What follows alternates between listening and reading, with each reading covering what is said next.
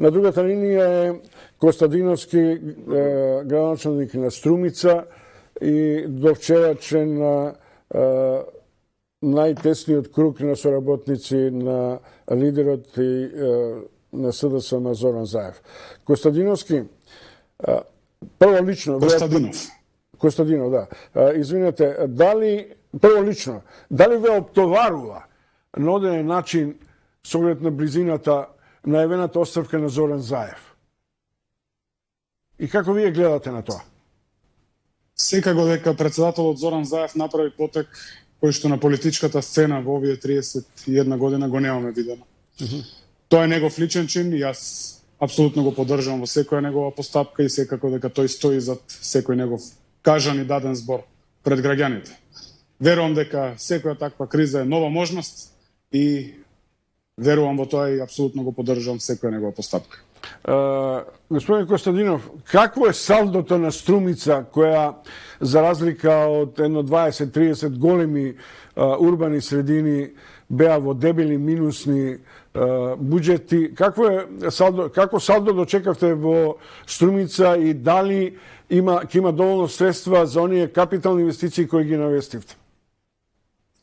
Секако Чомовски, општина Струмица и континуитетот на добрите практики и политики во општина Струмица, почнувајќи од 2005 година, кога честа да ја води општина Струмица имаше господинот Зоран Заев, продолжувајќи ја тој континуитет на добри практики од страна на Коста Јаневски, еве сега кога јас го превземам водството во општина Струмица, би сакал да кажам дека можеби финансиски сме една од најстабилните општини со нула кредити и со нула обврски кон добавувачи или кон изведувачи во рамки на општината.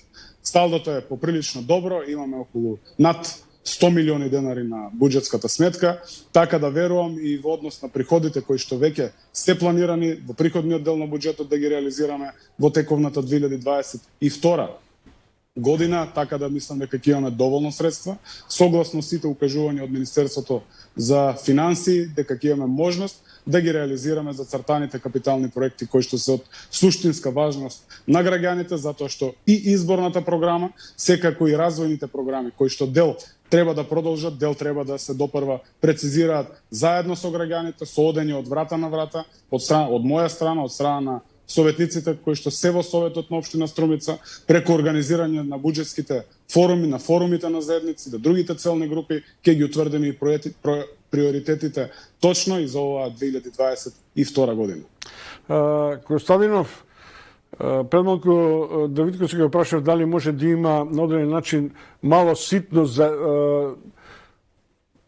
како да кажам, некакви блокади од централната власт ако дојде опозицијата сега на власт или ако оваа власт се однесува кон опозиционите градоначалници. Дали очекувате при евентуална смена на нова власт Струмица да биде мета со оглед на фактот дека таму е да речем политичкиот и личниот легитимитет на Зоран Заев, а вие да бидете страдалници? Не очекувам да бидеме страдалници. Општина Струмица е силна општина. Општина Струмица 11 години му паркосеше и беше град на отпорот, град од кој што тргна борбата со режимската ВМРО ДПМН и го струши режимот на ВМРО ДПМН и при сите тие 11 години навистина реализиравме бројни капитални проекти, секако поддршката од централната власт и таа симбиоза помеѓу локалната и централната власт мора да постои за реализација и на оние капитални проекти кои што општината е практично во невозможност да ги реализира без поддршка од централниот буџет. Имаме прилика да видиме што се случуваше во општина Струмица во тие 11 години додека ВМРО ДПМН беше на централна власт и секако таа симбиоза за која што пред малку зборував од моментот кога централната власт ја превзема Социјалдемократскиот сојуз на Македонија заедно со премиерот Зоран Заев, може да видиме изградба на бројни фекални канализации, бројни реконструкции на основни училишта, на средни училишта, изградба на спортски сали во самите училишта, спортски игралишта за потребите на струмичани, улици кои што се регионални улици, но кои што се од важност за сите граѓани на општина Струмица и околните општини околу општина Струмица, секако дека таа симбиоза мора да постои.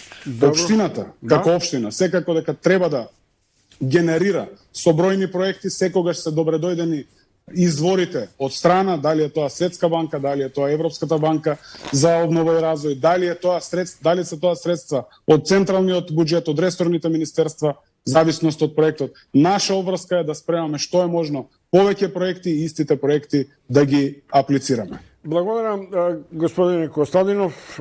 Тоа беше началникот Костадинов во Струмица.